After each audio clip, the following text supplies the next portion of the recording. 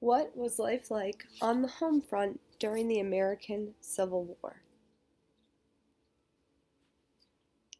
Almost every family had a son, husband, sweetheart, brother, or father who went away to war. For those who remained behind, the Civil War changed their lives forever. Look at the woman in the picture to the left. What is she symbolizing to you? What does she appear to be doing? What do you see, or who do you see lying in the bed behind her? Take a second and take in that image. Then consider the image to the right. The gentleman sitting in front of a fire with his rifle against a tree. He's holding something in his right hand. Consider how these two pictures are connected to one another. Perhaps she is sending her well wishes, thoughts, and prayers to her husband. We see two small children in that bed. Perhaps he is reading a letter from her, wishing to be home.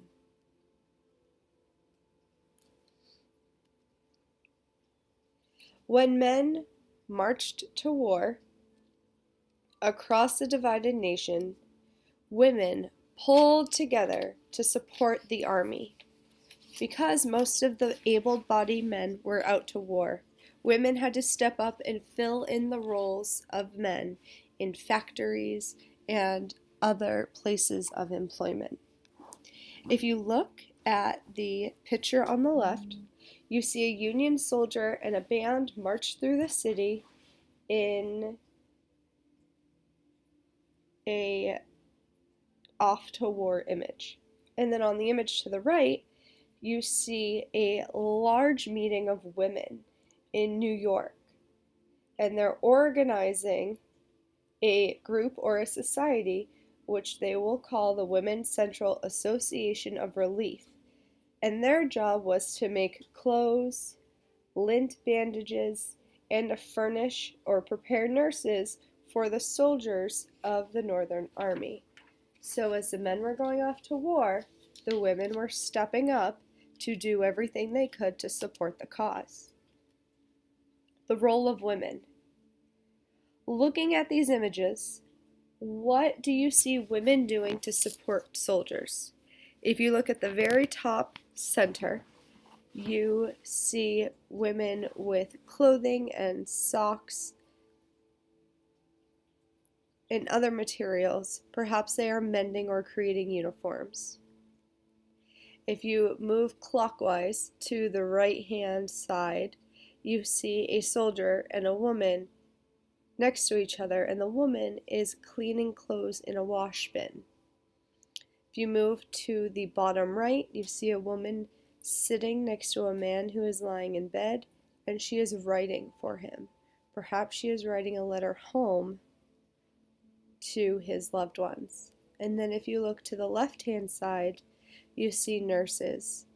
And these nurses are tending to the wounded or ill soldiers. The role of women continued. With so many men at war, women had to take on a lot more responsibilities. In the South, women on plantations took charge. They managed their plantation and all the slaves that were there, while their husbands were away at war. Most Southern women took on the back-breaking strain of agricultural labor. They began to work in the fields with their slaves, or if they didn't have slaves, they worked on the fields for their family in place of their husband.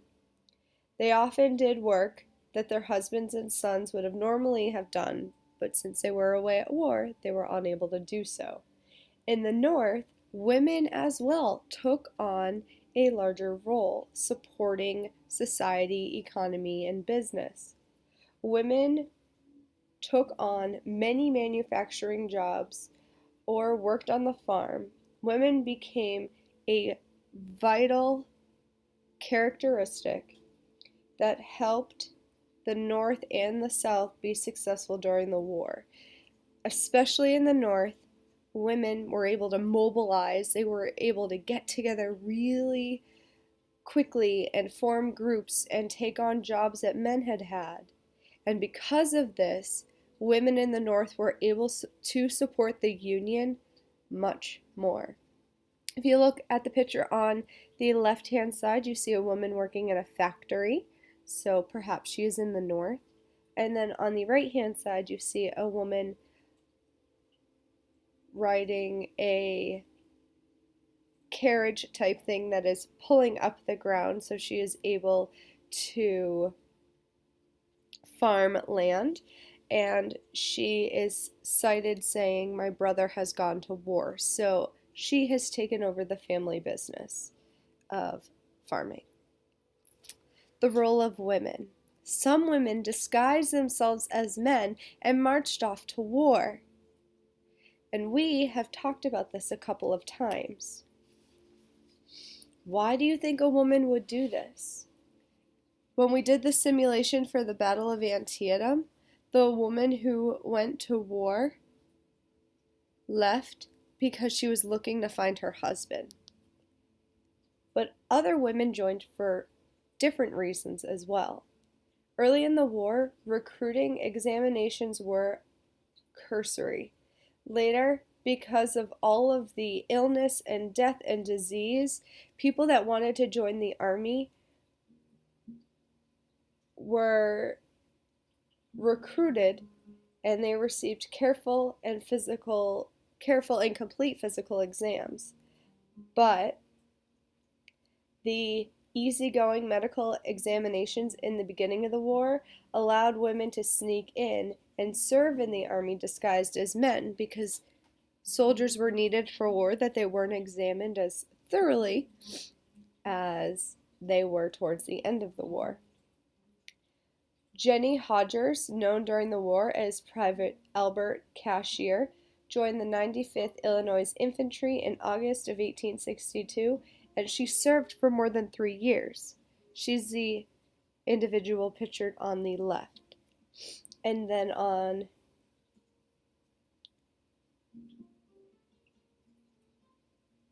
the right-hand side is a picture of her later on. She participated in major campaigns, including those at Vicksburg, Red River, and Mobile. She continued to wear men's clothes until 1911, when a doctor discovered her identity while mending a fractured leg. She continued to receive a soldier's pension, and at her death in 1915 was buried with full military honors. Families also played a large role during the American Civil War. Sometimes families would follow soldiers into war. Look at this image. You see a wife over a basket of food or laundry. You see small children, and you see other things lying around the foot of the picture on the left-hand side. A spoon, a basin, a chair. On the right-hand side, you see a bucket and a washboard as well. Children worked in the fields for the family while their fathers and older brothers went away to war. Women who followed their husbands to war did so to provide food for soldiers and to do their laundry and other housekeeping type activities. Look at these children on the left-hand side. They have no shoes. They probably only have 1 or 2 pairs of pants, and they look a lot more worn out than somebody their age today probably would appear.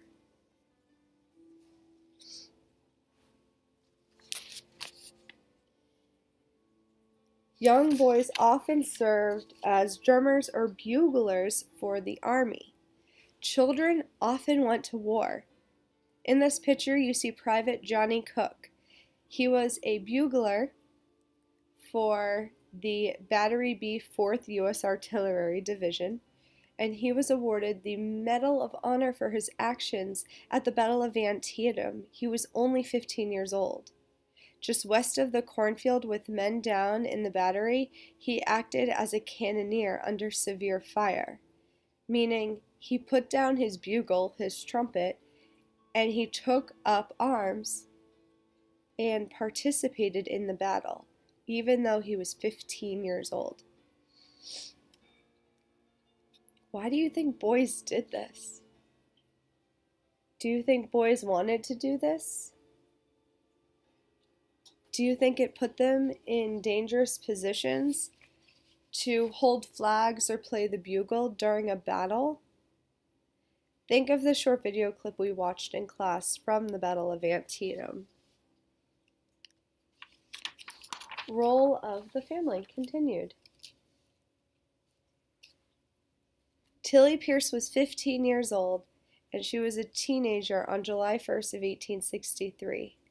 She left Gettysburg with her family to escape the battle, but she found herself nursing the wounded at a farm that was south of town. Care of the wounded soldiers continued upon returning to the family home, and in almost every home and building in Gettysburg for months after the battle. Tilly later wrote of her experiences in an article, What a Girl Heard and Saw of the Battle. Do you think that children were often caught in battle? Do you think Tilly or other young girls felt that they had to nurse soldiers? Were children near battles more in the north or the south? Consider that map that you picked up. It's page number 2.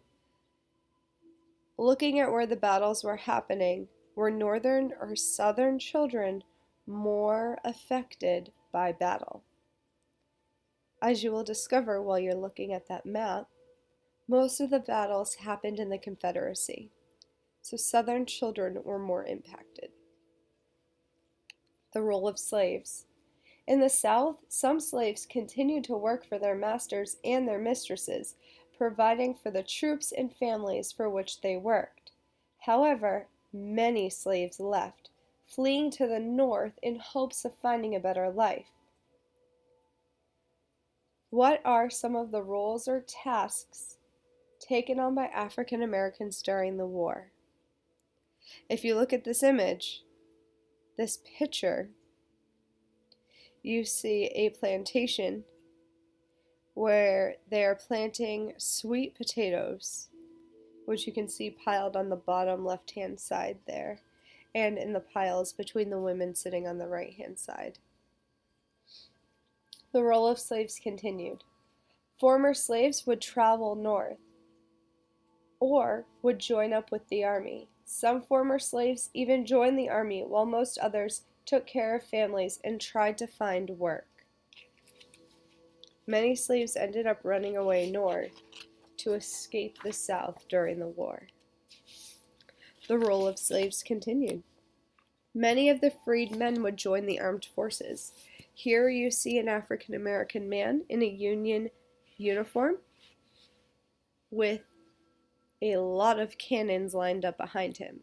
If you notice, on the left-hand side in the back of the image, you see a locomotive train.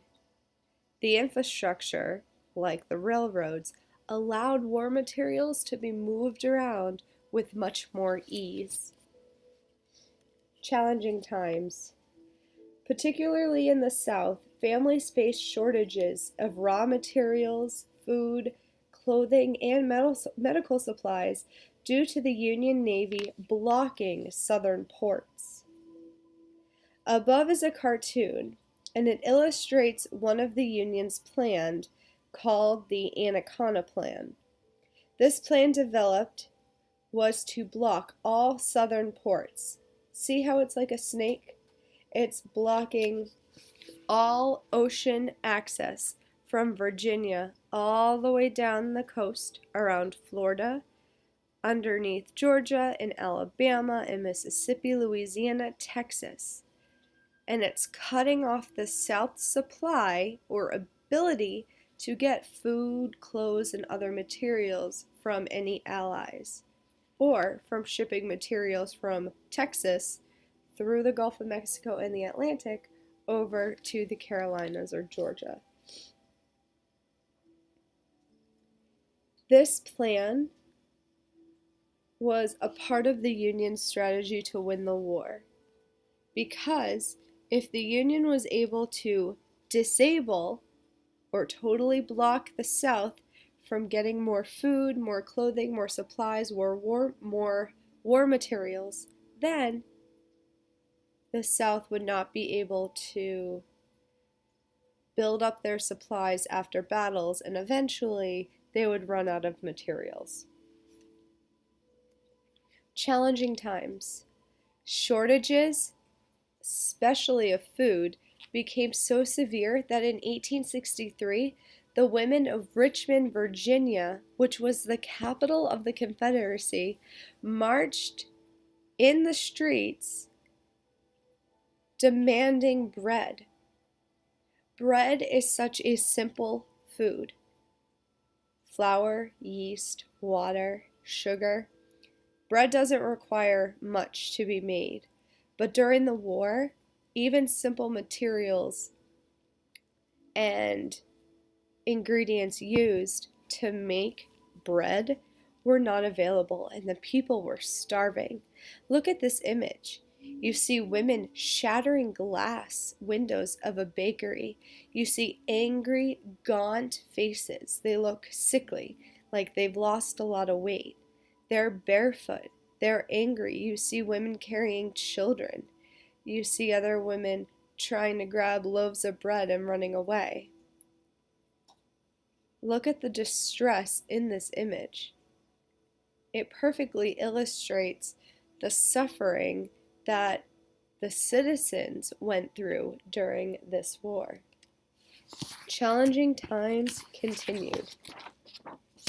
Civilians in Vicksburg lived through a 47-day siege of the Union forces, meaning for 47 days the Union fired cannons and shot guns and tried to invade the city of Vicksburg. Families moved to caves and dug holes in the ground, trenches, to escape the bombardment. Many people ended up starving in the process.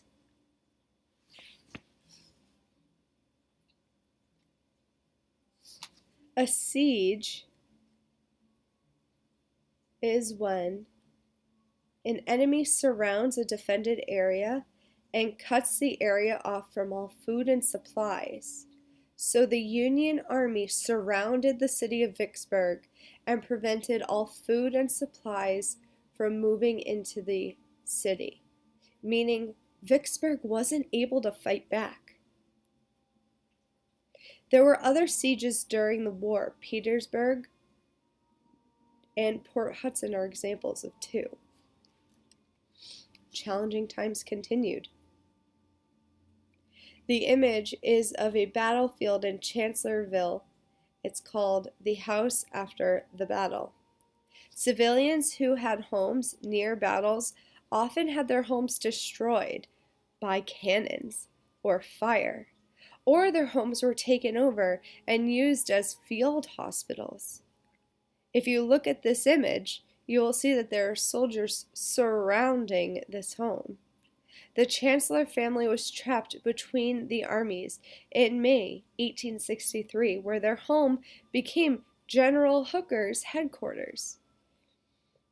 Sue Chandler was 16 years old when her home was between these two armies.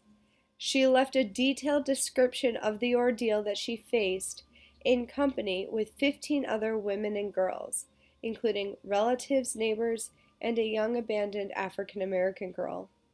Water stood shin deep in the basement where they crouched for protection. She said, "Oh, such cannoning on all sides, such shrieks and groans, such commotion of all kinds." Her home became a hospital. The grand piano became the amputating table. Arms and legs were thrown out the windows. The house caught fire from shelling and burned to the ground. But luckily, the family got out alive. The war did not just impact soldiers and their families, it impacted civilians as well. Those on the home front had to meet the needs of their family in addition to supporting the military. You couldn't just feed your family, but you also had to think about what you could do to help the men serving in the army. Information. Information traveled at a really slow rate in the 1800s, but with inventions such as the telegraph and the use of newspapers and photography and the postal service, information began to travel faster than ever before. Those on the home front were able to learn more about the war and their loved ones during the Civil War, more so than any other war before. Sometimes the reality of war was a brutal one. Newspaper reading was at an all-time high. In this image, you see clips from a Connecticut newspaper from the summer of 1862. Newspapers was where people on the home front received most of their news about war. There's no telephone. There's no radio. There's no television. Newspapers and telegraphs were the main way that news got around. If you look at some of these newspaper clips in front of you, on the bottom left-hand side, you see a help wanted sign. It says 500 women wanted to work on military work. The work given out, Irving Hall. And it gives directions for where the women need to go. There's also in the center a advertisement for a special town meeting where all legal voters of Bridgeport would take place in authorizing the government to borrow money and borrow other things from the state to help with the war effort. The top center article says going to war. Then you see an image of a woman washing clothes, the universal clothes wringer.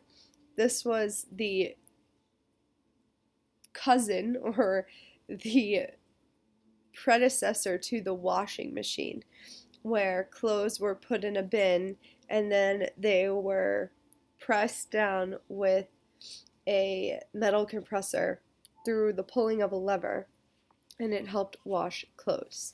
So you can see this is just a small snippet of what life was like back in 1862.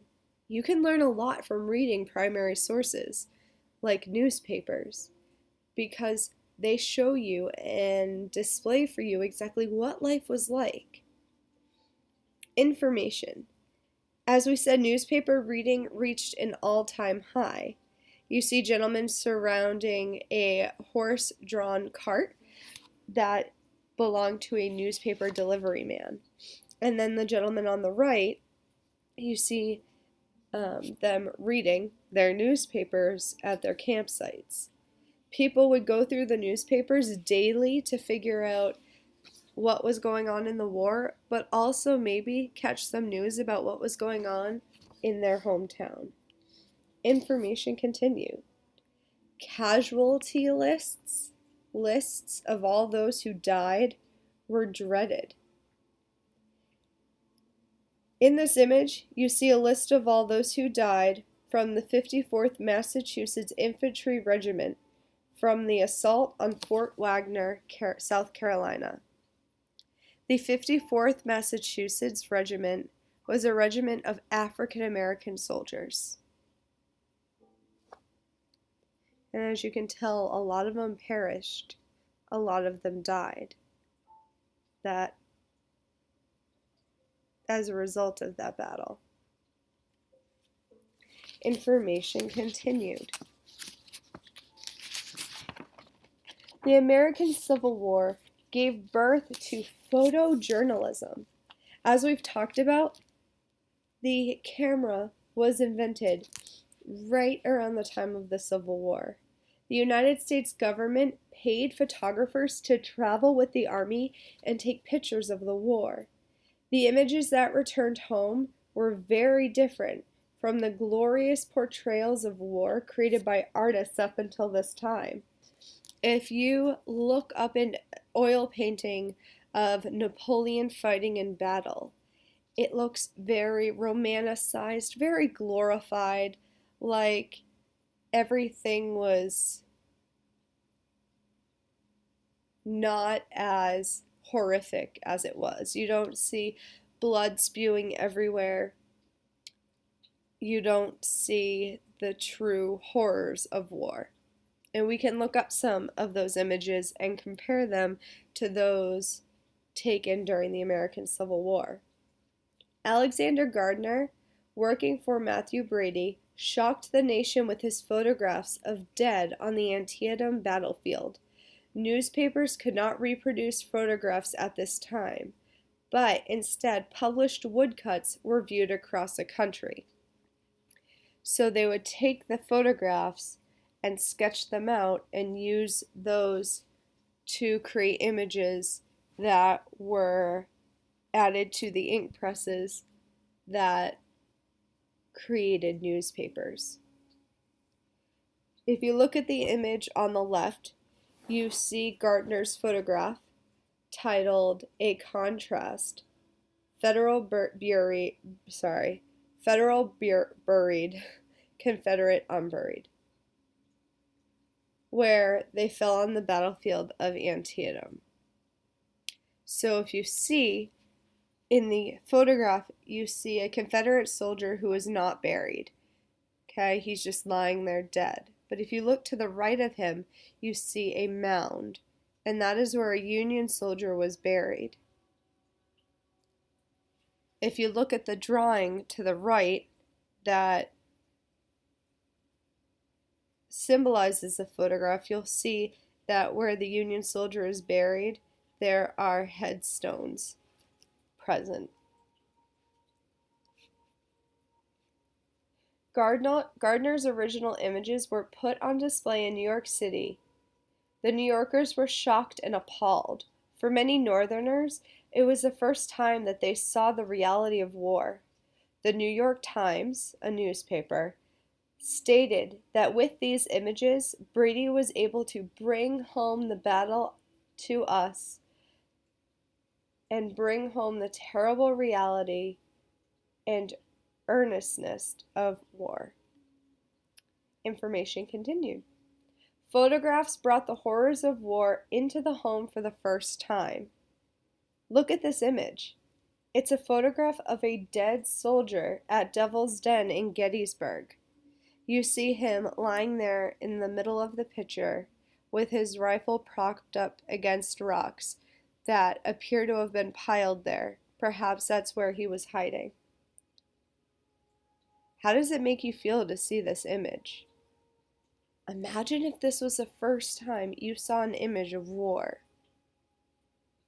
How would you view war after this? Information continued. Letter writing was the way that most people kept in touch during the war. There was no text messages or emails or telephone calls. We'll be reading letters from soldiers to their families in a class activity coming up, where we will see how they communicated back and forth to each other. And that is the Homefront PowerPoint.